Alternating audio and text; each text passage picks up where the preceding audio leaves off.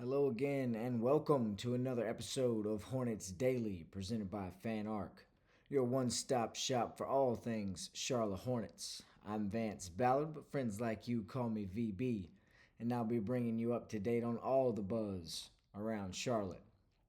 Thanks for joining in, and be sure to hit that subscribe and leave a like and comment on the video. Happy Free Agency Day, folks, to all who celebrate. The draft is behind us, but a new frontier of fixing teams is just opening up. Free agency officially begins today at 6 p.m., but that does not mean for 1 second that it hasn't been quite the weekend here in Charlotte. We've got plenty to talk about today, including another new face in the Queen City. What does that mean for the current faces on the Hornets? The rookies are all settled in, and I'll tell you what I think the Hornets should do during this free agency period. It's a jam-packed show today, folks. No need to beat around the bush. We're going to jump right into it. Jeff Peterson is at it again, ladies and gentlemen, working his magic on the Sunday before the 4th of July. Peterson and the Hornets came to a deal with the Utah Jazz to acquire Colin Sexton and a 2030 second-round pick for Jusuf Nurkic. Let me say again, folks, Peterson works his magic. As he's said and now proven over and over again throughout this offseason, bringing in guys who can help with playmaking and shooting abilities make the Hornets a better team, and that has been a central focus.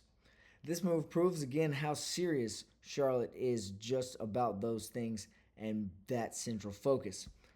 The 6'3 combo guard, who's originally on the Hornets' radar during the 2018 draft, and then again throughout some trade talk last year that just didn't really amount to anything, is coming off a season in which he shot 48% from the field and 40.6% from behind the three-point line.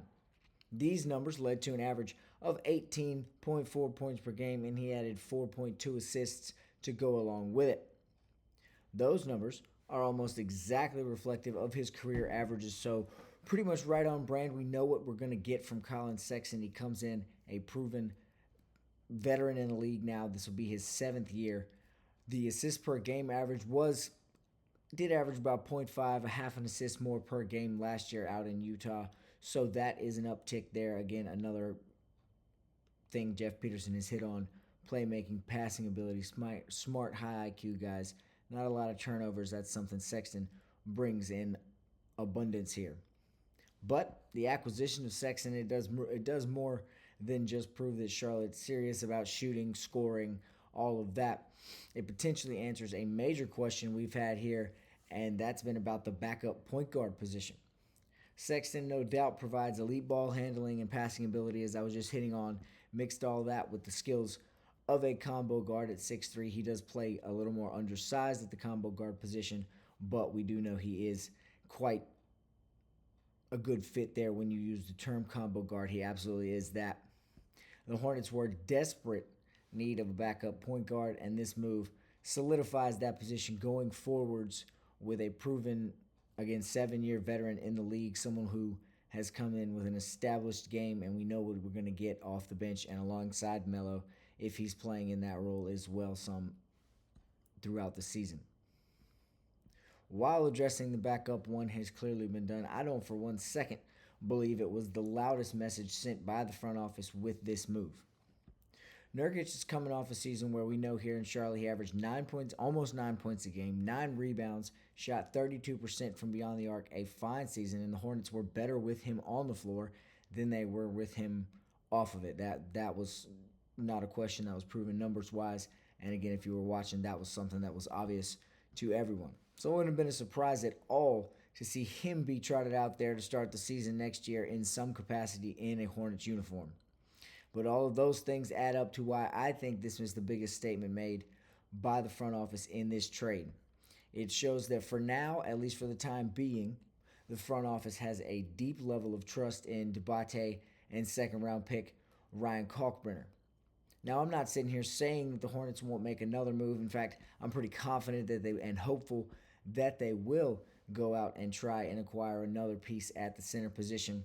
But by moving on from a proven big man who can step outside the arc as well as bang inside, it shows that there is, like I say, a very high level of trust and confidence in the abilities of the two young bigs that are on the roster still right now. But if Charlotte doesn't make another move and instead elects to wait for Grant Williams to return and go with the two bigs they have in Debate and Kalkbrenner, that adds even more pressure on those two bigs to figure things out defensively. How is Kalkbrenner's game going to adjust to playing defense in the NBA, as well as contribute more on offense?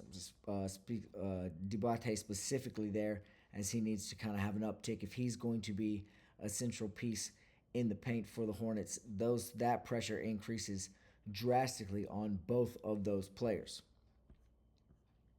If the Hornets decide not to make another move, again, I don't think that's the case. I do think they will, in fact, go out and make another piece or make another move to add another piece at the center position. Transition to switching gears a little bit. All the questions that were answered there by that Colin Sexton deal trade, by that move, what's going to be done with that? We again talked about all the answers. Sexton comes in adding a lot of things at the backup one position, but there's one glaring question that was created by the move, and everyone has to ask the same one now: is what's next for Tre Mann? What now with Tre Mann? Hornets sixth man from last season, who we mentioned in Friday's episode, was just given a clean bill of health headed into the offseason, geared up to go for full workouts, 5-on-5s, all basketball activities. It sounded like headed into the weekend that a new deal was imminently coming on the other side early this week, potentially. There's no denying now that this deal changes that in a big, big way. Does that cease talks? Do the Hornets elect to not go forward with re-signing Tre Mann and allowing him to just be what he is on this deal currently, or do they elect maybe to keep them both? That's going to be up in the air. Sexton, despite only being 26, as I've mentioned a couple times, is a proven veteran in the league. He's coming into year 8 now, I believe, and what we're going to get from him, we know what we're going to get. 18.8 is his career average, 18.4 on the season last year. Again, an uptick of about half an assist per game coming into that. And yes, Tre Mann was showing great promise before his back injury last year. With that, in my opinion, doesn't really give him the edge over a guy who I said has averaged over 18 points per game throughout his career so far in the league. Sexton essentially is a better, more experienced version of Tre Mann, and that has to beg the question, again, do the Hornets cease to attempt to re-sign Mann, or does Charles Lee like the idea of having two of those kind of similar guys in that backup role, ball handling, playmaking, combo guard abilities from multiple players coming off of his bench? That's just going to be one of the many interesting things to keep an eye on throughout free agency as this free agency period gets kicked off and we transition even deeper into that. Speaking of free agency, as we mentioned at the top of the show, that period officially kicks off at 6 p.m. Eastern today. And the Hornets still have plenty of needs to fill throughout the free agency period, whether it be via another trade or in free agency. That still remains to be seen, but the period does open today. Questions can be answered starting at 6 p.m. And like I said, well, as we've mentioned in some previous videos, and it's more than obvious to anyone watching at this point, this isn't the most splashy or sexy, big-named free agency class. I do still see some valuable pieces out there, and one in particular, in my opinion, could pretty much instantly fix the big problem of the big here in Charlotte. And if you've watched any of my previous videos here on Hornets Daily, you have heard more than one time me mention the name Santi Aldama, somebody I've been a big fan of since starting this recently and throughout the entire offseason as he comes into a restricted free agency situation. I believe he should be heavily in the crosshairs of the Hornets during this free agency period for multiple reasons. and I'll get to those here in just a second. Aldama did today on Sunday receive, or yesterday on Sunday receive a 1-year, $5.9 million offer from Memphis, which makes him, in my opinion, a very affordable and even cheap compared to some out there. Matching that offer, raising it a little bit on the qualifying offer from Memphis should not be out of the question for the Hornets by any means. Aldama coming off career highs in points at 12.5 per game, field goal percentage at 48.3%, three-point percentage at 36.8%, rebounds at 6.4 per game, and assists at 2.9 per game. Being able to get him at just above that 5.9, $6 million, $7, $8, $9 million number, somewhere in there, while he's only set to further develop and get better in his career, as he too would be another young piece, young addition for the Hornets in the offseason. Bringing him in would be a steal, in my opinion, and an absolute fantastic move. Someone who would fit almost instantly. It would bring in another big 7-footer who's proven on both ends of the floor as he can play defense in the NBA. I just mentioned his career high in almost every offensive statistical category, and it would instantly increase the shooting percentage of the front court, while allowing for Kalkbrenner to kind of figure out his NBA game if he is the plan to be the future on the inside here in Charlotte. Like I say, as I mentioned earlier, I fully expect Charlotte to make some kind of other move to address the center position again, whether trade or free agency. That's still up in the air, still to be seen, but I feel like it would be an absolute home run if they are able to bring in Aldama in some capacity during this free agency period.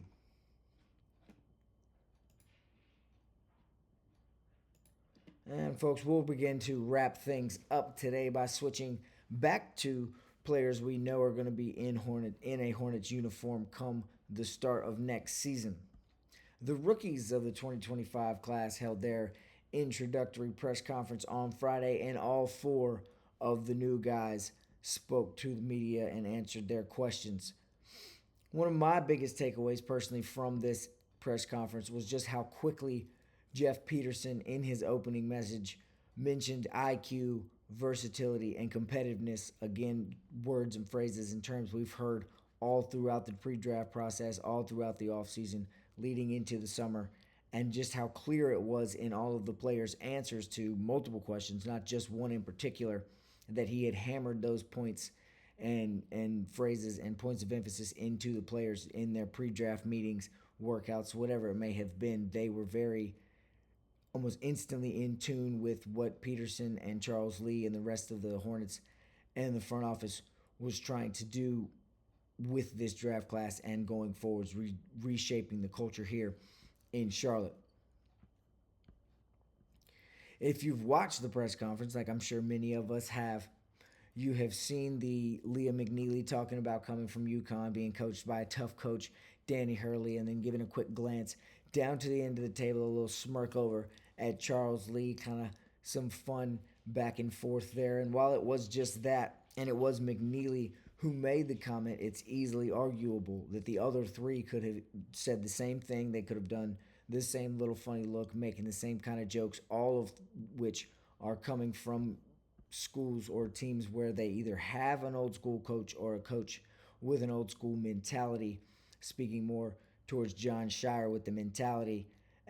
But in terms of Kalkbrenner and McNeely, they both come from having been shaped by real old school type coaches, tough love type guys. And if we know anything about Charles Lee, we know he loves knowing that his guys can handle that tough love, be kind of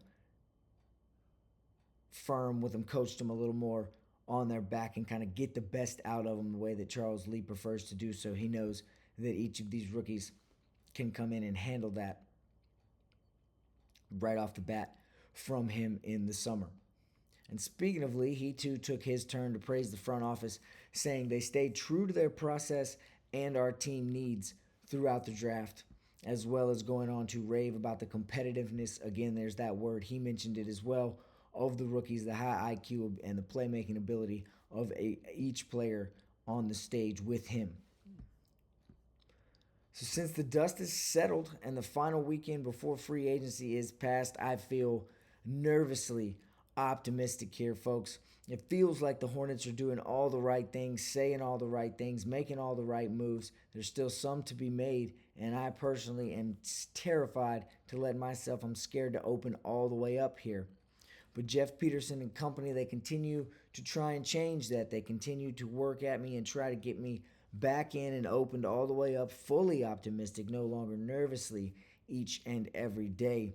And with that being said, we'll be right back here tomorrow to let you know what he's up to next on Hornets Daily. I'm Vance Ballard, and remember to smash that subscribe button and join us again right here tomorrow on Hornets Daily, presented by Fan Art.